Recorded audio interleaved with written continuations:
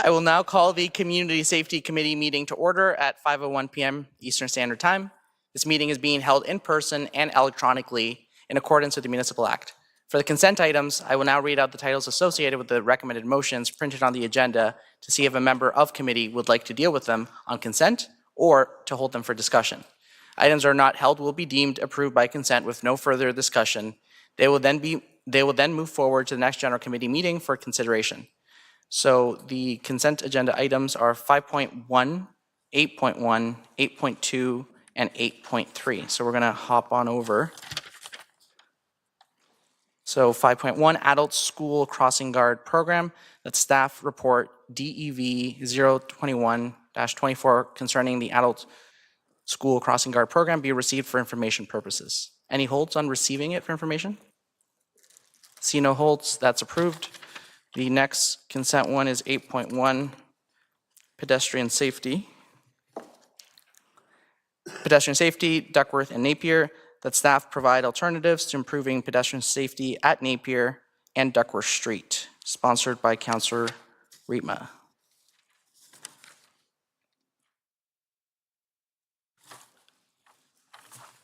Ms. Cook, before I go to any holds on this one, Ms. Cook, this is, the wording on this is that staff provide alternatives to improving pedestrian safety. I live in this specific vicinity. There's no money asked to this. The response could be none, or here's an option. I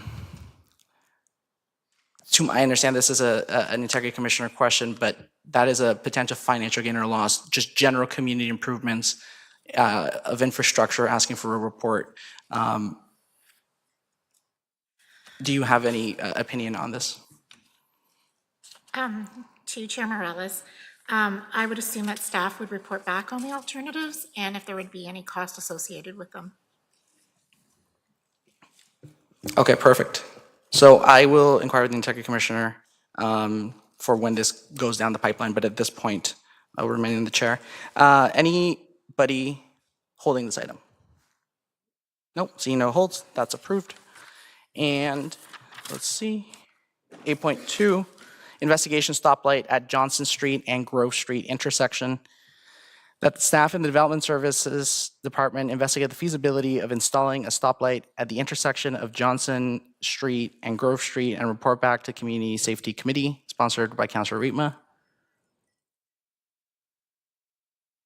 Any holds on this? Seeing none, I'll hold this item. And 8.3, red light cameras, sponsored by myself, that staff in Legislative and Court Services investigate the feasibility of installing red light cameras in the city. Any holds on this?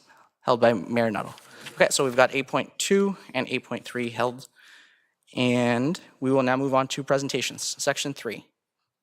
There is one presentation on the agenda tonight for the Downtown Barrie BIA regarding their 2024 annual report. I would now like to call Craig Stevens to the podium to deliver the presentation. And also, thank you, Mr. Stevens. Welcome back to Barrie City Hall. And thank you for sending the presentation to staff who got it to us ahead of time. The floor is yours. Okay, thank you. Good afternoon, members of council, Mayor. Again, I'd like to say just thanks for this opportunity to present to you and just sort of provide you with an update as to what we're doing, and specifically, in this case, it's last year, so 2024, through our annual report. And in beginning, just want to make a note that this report is on our website in its entirety and available to review and download.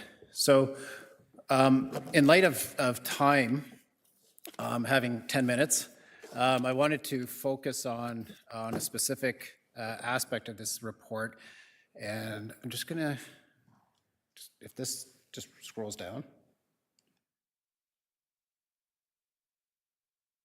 Right button? Okay, perfect. So the Downtown BIA, we've got 4 pillars that we work within. The first pillar is an event facilitator. We act as an event facilitator. This is the area that I'd like to focus on because it's been really exciting. Last year in 2024, we made some some big strides in our events. Again, the concept that was born out of COVID, I like to call these diamonds in the rough, with the open air Dunlop concept has really been from that inception, which was fantastic and really addressed the need at that time. It's come now to an event series that draws in an amazing amount of people and provides different opportunities for those that want to come down. And so that's really now what that's become is a really robust portfolio. One of the events that it included was the Open Air Dunlop series, which was a partnership with the City of Barrie and the Base Borden with the air show, which was an overwhelming success. From there, we had our Canada Day celebrations. We also had a first annual Butter Tart Festival. We had a classic car show. And then we rounded that off with an Eats on the Streets, which was really like, for those of you who know the Taste of Danforth concept, where our selection of restaurants and culinary sector within the downtown really went out and provided samples and engaged with the community. In the past, these events, we know they've been well attended, but a lot of it was just visually. You look down the street and you see a lot of people, or in some cases you may not see a lot of people. And that's sort of where it stood. And we kind of compared, we took pictures, but this year, with the partnership of Tours in Barrie, Kathleen Trainers here, and the Environics geolocation technology, we've actually been able to quantify what we've always been wanting to do for a long time, and the results were beyond our surprise. So just to give you an idea, so again, the air show, which again was a large collaboration, it's a large event, but as a partner within it, saw about 140,000 attendees and it had $11 million economic impact. That is sort of the anomaly in this collection. The rest of the events, starting with Canada Day, had 41,000 people, and these are unique visitors within the downtown core, a very specific area, attend that event, and it had an economic impact of almost 1.1 million. The Butter Tart Festival, which again, working with our partner on that festival, was as the first annual, she was quite concerned, understandably, with the first time event and what's going to happen.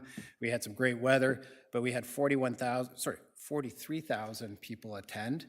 And I had heard that the Midland Butter Tart Festival, in its, I think, 10 plus year, got 60,000. So not that we're competing, but maybe that we are. It was nice to see that we were close to, Midland's long-established Butter Tart Festival with our first inaugural one, and we're looking forward to the second this year. Our classic car show, again, was partnership with the Barrie Thunder Classics that do the Wednesday evening car shows in Heritage Park. Brought in 41,000 attendees with a $1.3 million economic impact. And then our Eats on the Streets brought in 35,000 people with a $1.3 million economic impact. And so collectively, we were over 300,000 people that attended these events throughout the summer in the downtown, and an overall economic impact of over $15 million. So, we take this information, and now, our anecdotal interactions with the businesses. Yes, this weekend, I saw I realized an increase of 10, 20, 30%, now connects with, an event that brought in, a significant amount of people, as well as having a corresponding economic impact. So this information has been so important to get, and has been so, amazing to receive it. And I'm hoping that, this type of information can be collected ongoing through Tours of Barrie, because it's invaluable and it really puts us on the map with a festival and event focus. So further, the next event too that I'd want to note is our Noella, or our tree lighting festival. And again, it's a partnership, as many of you know, with the City of Barrie, with the Chamber of Commerce, with the Barrie Rotary Club, and the BIA to bring in our festive season with the Santa Claus Parade, the tree lighting elements and aspects within Meridian Place, as well as the Rotary Festival of Trees. So this event, in its one day and arguably half day, but we paired it with a Sunday component to it, saw 25,000 attendees in that period of time with a $1 million economic impact, and really kicked off, that season, the festive season, through to the end of the year. So again, absolutely fantastic information, puts our events into perspective in terms of the impact they provide, the return on investment that we, through our budget, through any partnership budgets, contributions, really provides a really substantial return on investment. And as a result, we're really looking forward to 2025. And for 2025, with this as the baseline, for example, our classic car show, we're now working on aspects of adding boats, a boat show component to it, an RV motorhome component to it, and an outdoor activity aspect to it, whether that be ATVs, side-by-sides, those types of things, that will take a new area of the event space, of the venue within the downtown, that again, because we know that 41,000 people attended the car show last year, we'll be able to am I over 10 minutes? Oh, sorry.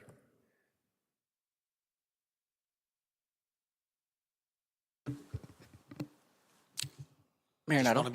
just want to be on the list. Okay, perfect. Okay, sorry, it's good to go. Rewind. Okay, so 41,000 people. So anything over and above this 41,000, we'll know as a result of adding to these events the impact that it has directly. And these may be able to be, events that can sort of pair off and be standalone events. Further, we're really excited about our music festival, and through the Troubadour Festival brand in the past, bringing in a pretty substantial outdoor music concert series through Troubadour and the open air Dunlop live music series.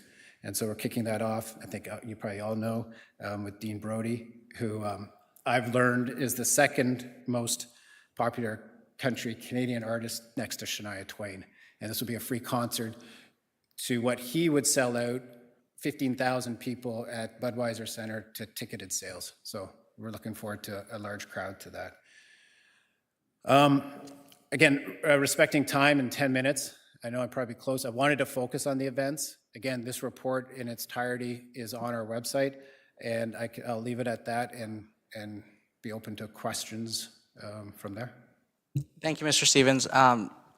Knowing all the great work you guys have been doing, I'm going to make a ruling as a chair that if you want to take a minute or two to expand on anything else, the trick around that is people just ask you questions and then you answer it during a question. But if you want to take a minute or two now, I'm just making a ruling as the chair to afford you that, just because it's not like you're here every 3 months, so might as well give you that floor. So feel free to continue for a bit. Okay, I appreciate that. So maybe I'll just quickly go through, again, what we're looking forward to. With the foundation of 2024, we feel that 2025, we're only going to build on that. And so Meridian Place is really the opportunity as a venue. I think around the table, the history of this place and the development of it has really become a location in the downtown for people to gather, meet, and start their visit at, meet partway through their visit or end their visit at. And it's really becoming a location that is known within the community. Obviously, as part of what we do, we're an area marketer, which means we market the area and support our downtown businesses. We've got a really strong social media following. We've got a great relationship with our local media and do regular press releases so that they are informed. And we've got a great email distribution list through to our partners as well as to our local customers, about 5,000 worth of our customers. It's all about community. Here's a great picture of a crowd this year. And, again, this is what we would have to extrapolate in the past and say, there looks like a lot of people, which it does. But now we know that's thousands and thousands of people, literally, through the information we have and tours in Barrie. We're a public realm investor, so that is flowers, benches, banners. But now we've gotten quite a collection of murals through world-renowned mural artists, the Clandestinos, as well as all those that they are mentoring. Meridian Place, the streetscape is all part of the public realm investing that we've partnered with to do. What we're looking forward to, just highlighting this is, I think the Marshall Green Report highlighted some really exciting opportunities within the downtown and what that might provide our downtown as really a regional location for people to come to see, whether it be sports, performing arts, Main Street activities, festivals. It's really, really exciting to see that this is now being considered and in various positions of process. Our partner and policy influencers. So again, as a small organization, partners are vital to what we do, the City of Barrie being a key one, but Tourism Barrie, as I mentioned, the Chamber of Commerce, RVH, the college, the list goes on in terms of who we partner with and work with to do what we feel is really important to do and really establish the community. Again, I like to use this as sort of representative of what the downtown represents. I call it the GDP, or gross downtown product. And really, it's the collective of our 300 plus businesses and what it represents.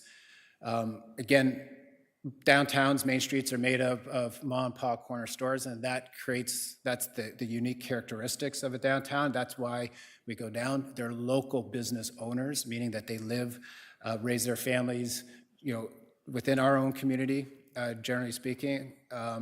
And I think that is really important. And when we look at it collectively, 1,875 employees, that puts us probably in the top 5 public and private employers, within our greater community. So it's a large economic impact area and business if you looked at all as a single business. And it's, again, we're award-winning. Lots of the past boards and current boards have been instrumental in creating award-winning endeavors and initiatives and should be celebrated. There's our budget proposal. This is, I think, I'll end on this, and I appreciate the time, additional time. 2017 to 2023, so Meridian Place opened in 2017, and it was an exercise part in my own part because I was like, how many performances have we had in Meridian? And you lose track because you're working on the next one and you forget the collective impact of it. And so I got the list done and had it put into a poster that kind of looks like a festival, right? With the large names at the top and small names at the top, but it's over 50 performers. And the majority of this list that you see up there, you might recognize names, but many of them are Juno award-winning, Juno nominated, Grammy award-winning, like they're award-winning artists that have performed in Meridian Place. And you take the numbers now that we have with the attending the events, and you take all these performers that have performed on the stage, and we've got a massive foundation to build from and really make Meridian Place, but over and above that, the downtown as a location for festival events that ultimately supports the City of Barrie. So I want to end on this because it's pretty, for lack of a better term, pretty cool to see all these performers. There are local performers in there. And it also sort of, again, supports our local performers because they can look at that stage and say, hey, I performed with, Joel Plaskett in the same stage as Joel Plaskett or Alex Cuba. Alex Cuba, as an example there, he is a Grammy award winner, and he performed his entire set in Spanish, and there was the most people I've ever seen dancing. Nobody, most of the crowd, I would expect, wouldn't understand Spanish, but had the entire crowd performing, dancing. It was amazing. So I'll end on that. Thank you again. Appreciate it. Perfect. Thank you, Mr. Stevens, for that presentation. Definitely lots of content going on. I have Mayor Nettle here on my list. I wasn't looking around too much, so if anybody wants to indicate now, Councilor Corser, and then we'll start there with members of committee, and we'll do the usual. Mayor Nettle, go ahead. Thank you. Thanks for coming out, Craig, and giving us an update. And obviously, as you said, there's a great base to move forward from, which I think is why now is unique and why now is the time to further invest in downtown and Meridian Place and bring people there and really try to get the right mix there in terms of people who want to buy and purchase from downtown businesses. My question is, you said that this year you had been able to bring in the Tourism Barrie team with the Environics tool to determine how many people are there. And so it wasn't just like, okay, some people are telling you you get 2 or 3 times the amount of business that you would have had on a weekend where there was nothing happening downtown. Is there anything that you can provide us now? So you provided us the people, right? Is there anything you could actually provide us on that side where it would show, like, let's say you get 10 businesses and you compare what the weekends, are in the low versus these major ones. And the reason I ask that is because not all of these things are going to be equal, in the sense that an event could draw 100,000 people and you could have a 10% increase in sales. Or it could draw 30,000 people and you could have an 80% increase in sales. I think a lot of it depends on when, what the demographics are, etc. And while I'm not going to ask for that for last year, obviously, because I think that would be a lot of work for not a lot of benefit, like I would like to see that coming for next year so that we understand if we spend $225,000 on this endeavor for the summer, what is the benefit to downtown businesses? What are the number of employees that are actually working that weekend instead of what would have been there? Like, what is the benefit to the community in terms of those dollars out, not just in a gross number, but something giving us some real edible examples that council can go, okay, that makes sense. That butter tart festival, like, that killed it. We need more butter tart festivals, rather than us throwing darts at a dartboard. Yeah. I think that those are all great points. I've just made some notes on that because typically gathering that business information is tough. They keep it close to their chest in terms of providing, we increase sales by X amount. There are some businesses that are willing to share that information that we go to, but I know those businesses that would say, yeah, you know what, we saw an increase. But I like your idea, like even what I'm sure they'd be more than willing to share is, we had to bring in 3 more staff to manage this Saturday, so I could see the net increase in employees. I could probably anecdotally get some sort of increase in sales. And I think, in terms of the theme of the events, that's what we sort of have taken our time to really make sure that the theme of the events is complementary and that we can bring the businesses into that realm. And so, I think we look at attendance, like I said, for those numbers, but I think we have an opportunity to dive in, at least get those types of more specific information from the businesses. Yeah, thank you for that. And I just as the why is this.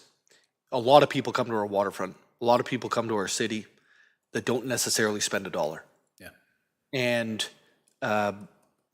it's a beautiful thing that they come here and get to enjoy what we all obviously move to the City of Barrie for, or grow up in and stay in. But the reality is that when we're spending those tourism dollars, those MAT dollars, I want those dollars to be, hyper focused on ROI for downtown businesses and not just a spend. And so, we don't want to fall into the trap of having, a free event like a beautiful waterfront where $1 not spent. We want to fall into the trap of, hey, you're in our city, you're having an amazing time. Go to that coffee shop, go to that clothing store, go to that, restaurant or bar. And so that's really what I'm. Yeah. And again, Kathleen's report, or Tourism Barrie's report, does dive down into demographics. And so we have age groups, we have family size, we have income. So we have those, and we were just chatting prior to this, to the presentation, about the opportunity of working together where this year, knowing even that information, that we could target some of our initial advertising campaign to address maybe a different demographic or a specific sector that would support the downtown. And we know that it's close to 30% are tourists that do come. 70% are local, 30% on average are tourists or visitors, which meets the mark for a lot of grants as well, like provincial grants and federal grants. So yeah, lots of opportunity. It's exciting.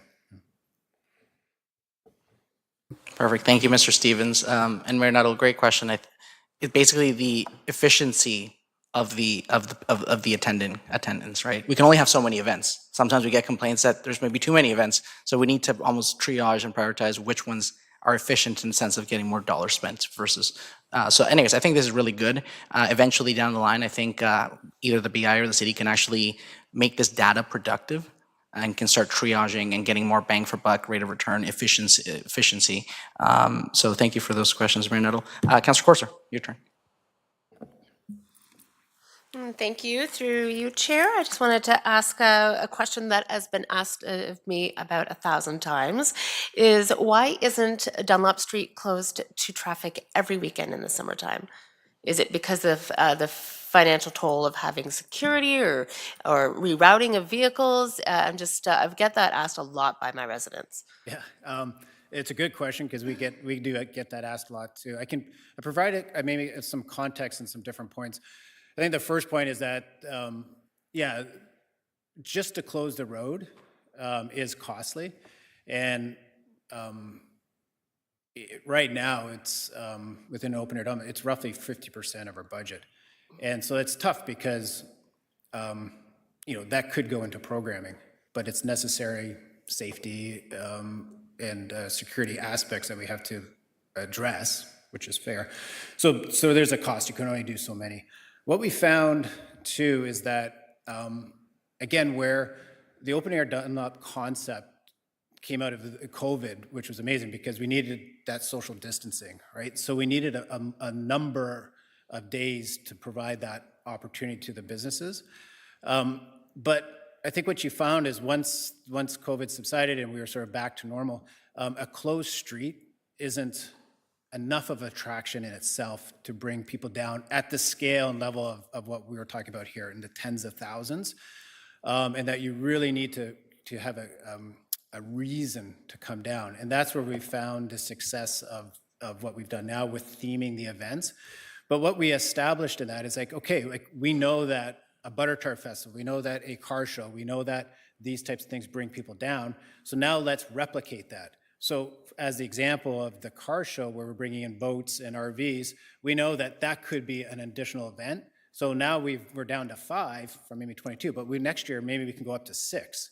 And then we look at maybe another event that we can build out, and maybe over time, we all of a sudden have a full summer of weekend events that then can lend itself to closing the street because we have so much demand to do it, right? And sort of critical mass. And reasons to come down. Spark Street in Ottawa is sort of call it the local example of that was supposed to be a pedestrian-focused only outdoor mall. That's actually the BIA now expanded to incorporate a larger area so that it could sort of flourish again. It's sort of struggled. So again, that's the main reason is just attractions. And knowing that a street in itself isn't an attraction. Sorry, thank you. I was going to mention in Ottawa and actually in London, I believe that they have a street that they close down to for only pedestrians during weekends. I believe it is only during weekends that they do that, and it was just part of the running of the downtown area. Yeah. So pedestrian traffic is really good for stores as well too. So Yeah. And another question I wanted to ask was about empty storefronts that are downtown. Does the BIA, I know that in some areas, I don't know if it's cost prohibitive, to actually dress up the storefronts to make the area look a little more tidier. Is that something that the BIA has considered in the past? And if so, why wasn't it forwarded? Or can you give me some information on that? Yeah, that has another good question. That has been done in the past. It's actually something that through the Ontario BI Association is quite a common topic, is sort of how do we address vacant storefronts. Any of the malls do an amazing job of dressing up those storefronts that you actually almost forget what was there because they did a facade over it. Again, we try and we need to work with the property owners, to coordinate what that looks like and time what that looks like. So there is that opportunity. We don't have a program in right now as we speak, but definitely something we would consider.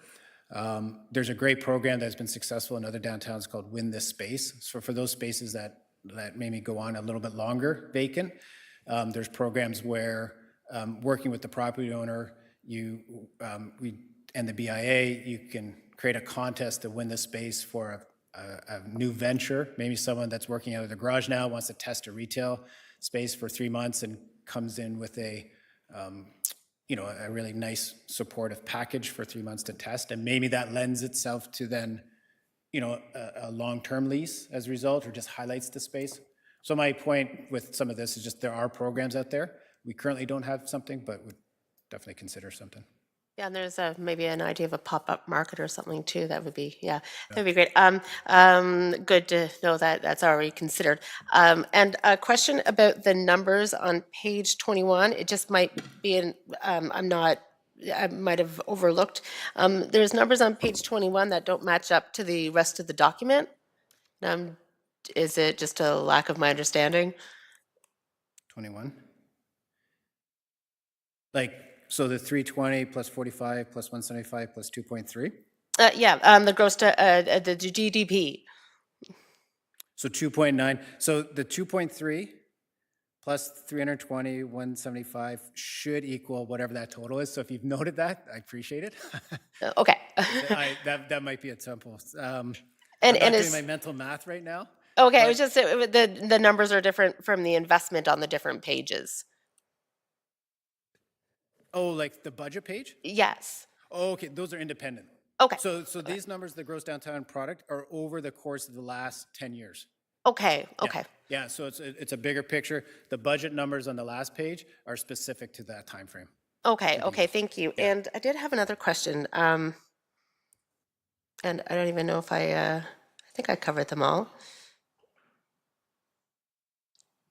No, I think that's about it. Oh, yes. The numbers that you mentioned, the avionics reports. Yes. Are those available anywhere? They're not. I'm assuming they might not be public facing, but it would be good to check out those numbers.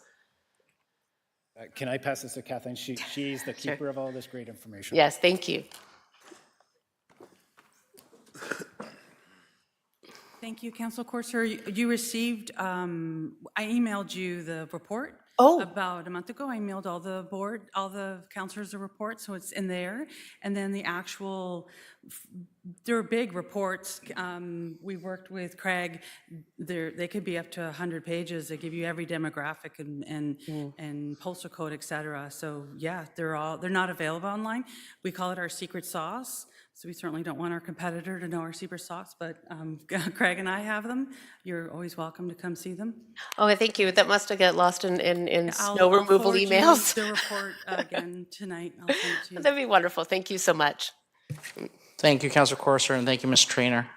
For members of council, I just pulled it up January 30th, and thank you for providing it January 30th. Any other questions, Councilor Corser? No? You're good? Okay. I saw Councilor non-members of committee, I saw Councilor Rietma and then Councilor Hamilton. Thank you, Mayor. Thank you, Councilor Morales. A great work that the BIA is doing, and I really think that you're moving in the right direction with the events, focus on events. And I think I'd like to reinforce what the mayor asked you, because I think that if we can identify, the percent increase in terms of what the businesses are doing, business-wise, as a result of events, I think that will help a lot. Give us really good information, and it will help you as well. If you can say to your members, we do this, and your business is going to increase by X percent. The downtown is also probably one of the areas where we have the most historic buildings in the whole city. And one of the things that we do know is that heritage is a real driver of tourism. And I'm just wondering if, to what extent the BIA considers heritage, and it's not an event in that sense, it's an event that goes on all the time. And is there something that either the Heritage Committee or the city can do to support the heritage tourism in the downtown area? Last September, we had doors open, and I think there were 2 businesses in the downtown that participated, and we had something like 1,000 people go through. So, it can have a very significant impact financially. So I'd be interested in your thoughts on that. Yeah, no, I think that's again another great point. I think we quickly realized all the opportunities in the downtown in terms of showcasing, what a downtown or Main Street has.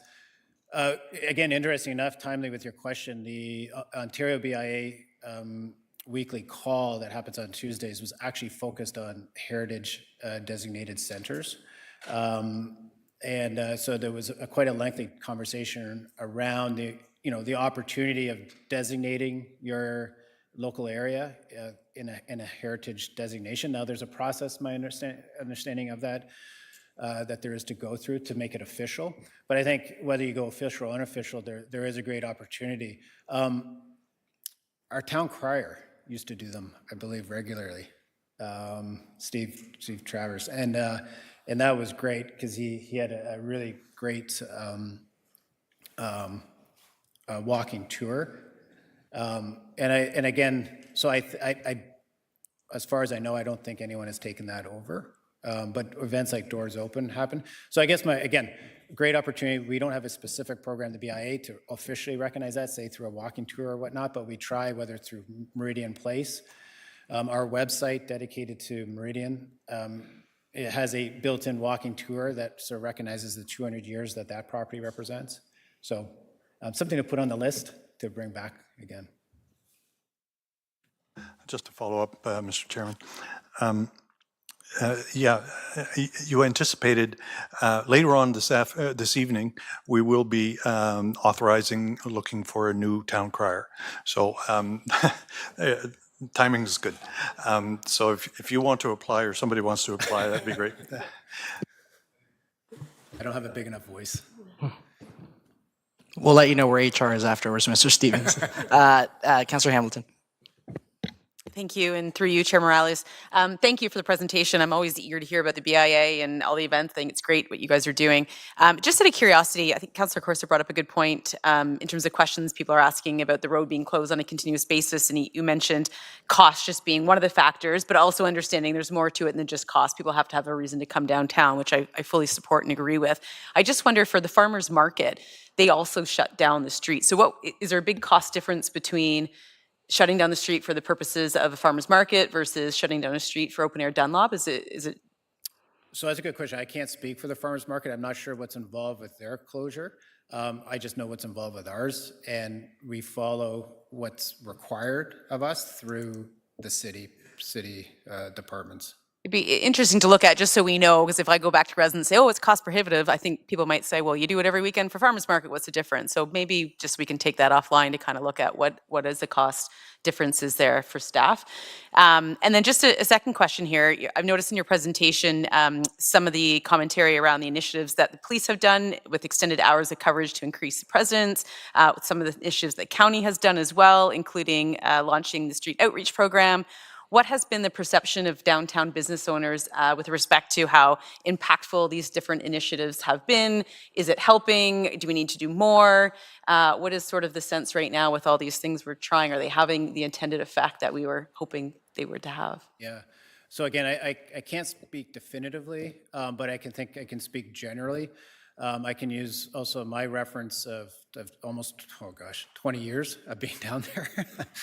That I've not seen this coordinated effort as such that we have over this last, for sure, year, with the city, with the police, and with the county. I would be surprised that if you spoke to any downtown business that they would not have seen one of those representatives down there, whether it be the One Community Solutions and their identified where, or the police that are dedicated to the downtown, whether they see the side-by-side or the bikes or the on foot. So the presence has been, I'll say amazing for lack of a better term. And, you know, I think it's a huge step in the right direction in terms of the challenges that we're all facing, you know, on our main streets and main streets across, you know, across the province, across the country. And I think I had a conversation. Thunder Bay called and just had heard about the program and inquired because they're about to embark on a similar, and so it's being recognized. It's traveling through the municipal lines of communication. So I think it's really good. Again, I've not seen a coordinated effort as such, and I can't imagine that it's not positive. Good, thank you. I think that's encouraging to hear anyway. Thanks. Thank you, Councillor Hamilton. Any other questions from non-members of committee, members of committee? Non-members of committee, Councillor Nixon, go ahead. Thank you, Chair Morales, and thank you, Mr. Stevens, for your presentation. Always good to get an update, even though we talk on a regular basis, and it's always good. But just a follow up before I ask my question, if the number of calls that I receive and emails regarding downtown is any indication, I would say that most businesses are very happy with a lot of the progress that has been made in the past year and a half. They've dropped dramatically, and yes, that's a result of some collaboration between three or four different groups minimum, and so that's good news. My question is more of a follow up to Mayor Nuttall's comments about trying to find economic indicators to compare where these dollars. We know that the numbers are there. You were very forthright in showing them, of the percentage of increase in the dollar, the impact of dollars into the city right after or during a big event. But is there any way to determine if that continues on throughout the year, or is it a spike in for that weekend or a few days after, and I'm wondering if you talk about some kind of survey with some BIA members. They don't have to say who they are, they don't have to say the name, but if there's some way we can find out if this is having a long-term impact as well throughout the year, not just those weekends. So I don't know if that's doable, but I'll throw it out there. You're hitting my right side of the brain, data geek, component, because that's all there. I'd love to know that information. I think that's great because, one of the approaches we take, we do know just through social media is a great indicator of awareness of the downtown, right? You can measure that as you put campaigns out. And so there's definitely ebbs and flows, like literally waves of interaction between events. So you could speculate or extrapolate that probably sales would grow in a similar way. And so the goal is to level that out. And so whether you peak on a weekend and then it incrementally stays because you've drawn 2% of the people that came for that weekend are now continuing to visit, and so you increase the in-betweens incrementally. I'd love to know that. So knowing, it is difficult to get that specific information from businesses. Like I said, they hold it tight, understandably. But what the BIA has done, so a great opportunity. We now have a gift card. And again, it's a gift card program that, again, we've been waiting. It's kind of like this data. We've been waiting a long time for it. So we can issue a gift card, and that gift card is, we can track it. And so we know that if I give you a $25 gift card, I know that gift card, so whether you use it or somebody else, I don't know that, but that gift card could be used at 5 different businesses. We'll know how much has been transacted at those businesses, and we'll actually know what was overspent. So if you had, if it was a $20 gift card and you spent $30, we would get that information. And so that's a tool of data that we have. And so a lot of our events, what comes with it is a giveaway of gift cards, Because then at least then we can have some idea of those that have come down for that event, what their travel patterns are or purchase patterns are after that. And we have access to that information. We don't have to ask a business to provide it. And so in a small way, ultimately, it'd be great to get a collective of all the sales increases and ongoing. But within our own control, these gift cards allow us to at least have an idea of those patterns that occur during and after the event, and then collectively. So it's, yeah. Great, thank you. Thank you. Anyone else? If not, thank you, Mr. Stevens, for your time. I'll ask you one very quick question. I'm being cognizant on time, and there's many pressures here. When I was the chair of the BA a couple of years ago, we had started the endeavor, and the baton was handed off on looking into permanent shutdowns of roads that don't require they would not be even close to as costly as what we have now. A lot of the cost, to my understanding, is we need people at the intersections. We need a human body, a security guard usually, in addition to other things, to be there in case a fire needs to enter. And so they essentially just need to man the post, if you will, as the expression goes. So we were looking at permanent enclosures, which is essentially kind of like a semi-permanent gate or bollard. Yeah. And here's the thing, it's not theoretical. It's been done in the Niagara Falls region. I forget which specific municipality. I had got as far as connecting with the individual who did it and referring it. I know I had a small preliminary discussion, Ms. Schlichter, with yourself a couple of years ago. I don't know if the meeting actually materialized. So very quickly, in like 30 seconds, does this ring a bell? Was it looked into? Or if not, is that something that could be done moving forward to achieve both more pedestrianization at a more practical cost? Yeah, and the other thing that would do too is just aesthetically, just create a nicer environment because you don't have to use sort of that ugly road closure items.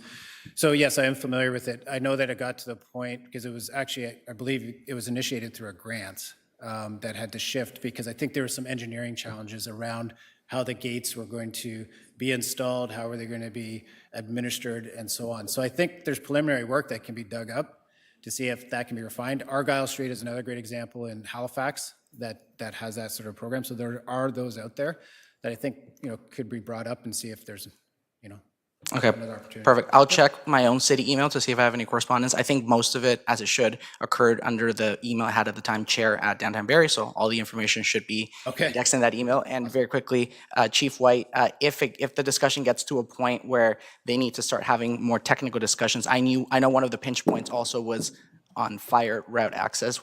If it gets to that point, I trust that the Barrie Fire and your department is willing and able to have discussion with Mr. Stevens and anybody else on that initiative? Chair Morales, of course we are. Perfect. Sounds good. Chief White, Mr. Stevens, Chief White. Thank you for your time, Mr. Stevens. Thank you. Appreciate the opportunity again. Chief was thinking it was a trick question. It wasn't. That was it. Okay, so moving on, we're going to move on to reports of advisory committees very quickly because there's no standing items. We're going to do all four at once unless any member has an issue with that. So there's 4 advisory committee reports to be received, 6.1, 6.2, 6.3, 6.4. There, 6.1 is Seniors and Accessibility Advisory Committee dated November 18th. 6.2 is Community Safety and Wellbeing Advisory Committee, November 19th, 2024. 6.3 is Community Safety and Wellbeing, December 17th, 2024. And 6.4 is Seniors and Accessibility Advisory Committee dated January 20th, 2025. Could I get a motion for all of those to be received? So moved. Thank you. Deputy Mayor Thompson, so moved. Any questions, concerns? No? Seeing none, all those in favor, please indicate. Passes, thank you. And then we're just on to the items of discussion. Very quickly before we get to those, I just want to just clarify, Councilor Reba, the one that went through, and for anybody watching, I want to clarify this. I read out loud here on the agenda that you have in front of you. I don't know if you have your legislator in front of you. It says that the item for discussion that you put forward, it says pedestrian safety, Duckworth and Nelson. Can you confirm, is that your item for discussion? It'd be a challenge because Duckworth and Nelson don't cross. Okay. So it should be Napier. Okay, perfect. So for anybody watching, the clarification is the publicly accessible agenda says Duckworth and Nelson, so my brain didn't flag it. And there you go, it was a trick question because that's not even an intersection. So my paper copy that staff, thank you staff for getting that to me, had the revised, what it should have been Napier, hence why I was all confused. And just a very quick yes or no to Ms. Cook, can we confirm that that's what happened, and obviously it's being revised digitally to reflect that? Through you, Chair Morales, it was revised digitally, it just didn't get published to the new revision, so that's been corrected. Perfect. Thank you very much. Okay, so we're going to held items 8.2 investigation stoplight at Johnson Street and Grove Street intersection. I held the item. I'll go very quick to staff on this. I actually wrote this down for once. Give me 1 second here. To staff, it's my understanding that this intersection does not pass the threshold to get a set of stoplights. And could staff provide the background information and any necessary context for this intersection? I know that situations evolve all the time, but specifically on this one, I was wondering if staff, and this can go to appropriate staff member to respond to this. Thank you, Chair Morales. So from time to time, multiple times staff are asked to look at intersections for traffic improvements. In this case, we have looked at this intersection many times periodically. Most likely, the last time was around 2-ish years ago, 2 or 3 years ago. And you're correct, there was no, it didn't meet the threshold, but it actually was quite close to meeting the threshold. And so at this point, what staff would do would be basically do the counts again and would do a comparison and would respond back to council if the thresholds, if they now actually meet the thresholds, and if this is something that council should look at. And if that's the case, then also be coming back to council asking for some budget, because traffic lights are an investment. Asked and answered. Thank you, Ms. Banfield. Any other members have any questions or comments? No. Non-members of committee, go ahead, Councillor Rietma. Thank you, Chair Morales. I just want to shed a little bit more light on that. The city has at least some money in the bank to put that stoplight in because that was part of the approval of that plaza there a number of years ago. And I don't know how much we have, but we have some. So there was always an expectation that there would be a light there. And since in the last couple of years, there has been a fair bit of activity there, and we have a daycare center there now, right at the corner. So I think there's certainly some possibility that this may be needed. Perfect, thank you, Councillor Rietma. You're more polite than I am. I would say that there's certain nonsense happening at that plaza in terms of respect for other people's safety. Those are my words, not yours. And Ms. Banfield, actually, your response totally convinced me on supporting this, and I'm saying this now because I held it, because I didn't support it, and based on the answer that it's close, I think, I'll speak for myself, I owe it to the Ward 1 residents to at least look into it, because if it's that close, if the line is getting there, definitely worth into. I didn't know the situation changed. All those in favor, please indicate. Perfect, that passes. And 8.3, Mayor Nuttall. Yeah, thanks. I'll put the item on the floor.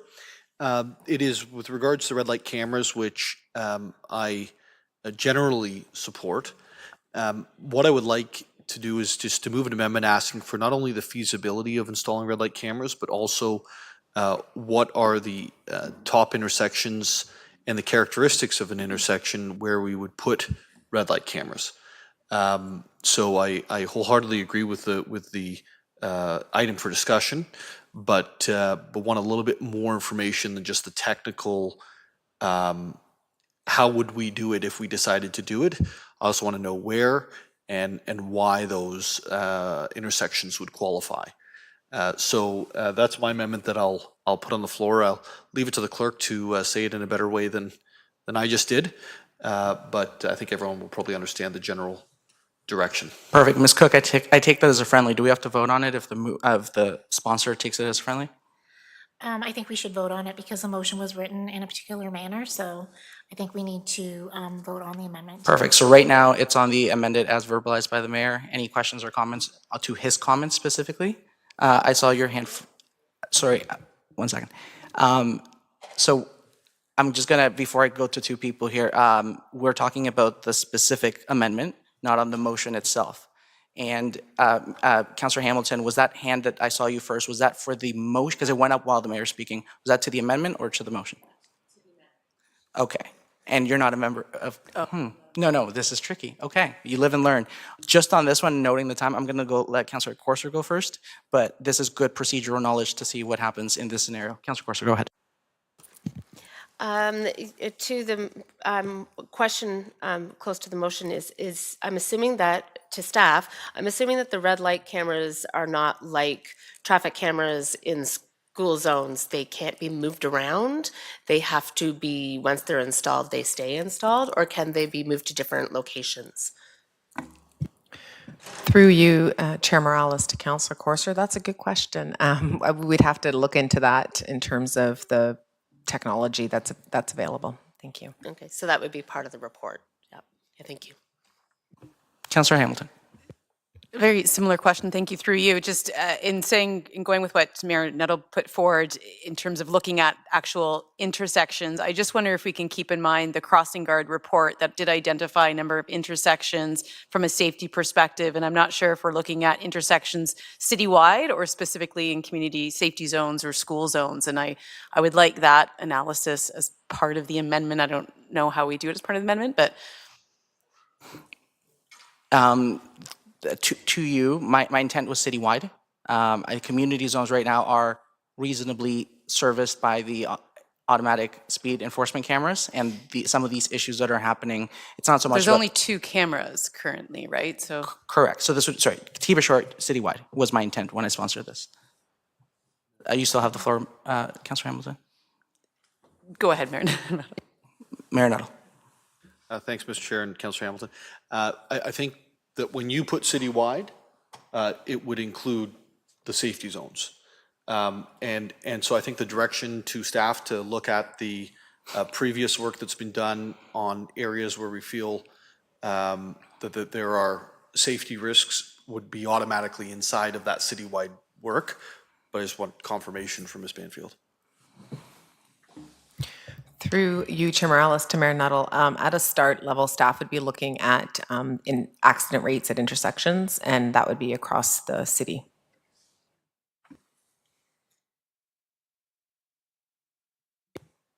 Okay, thank you, Mayor Nuttall. Any other member of committee have any questions, comments? Councillor Corser, go ahead.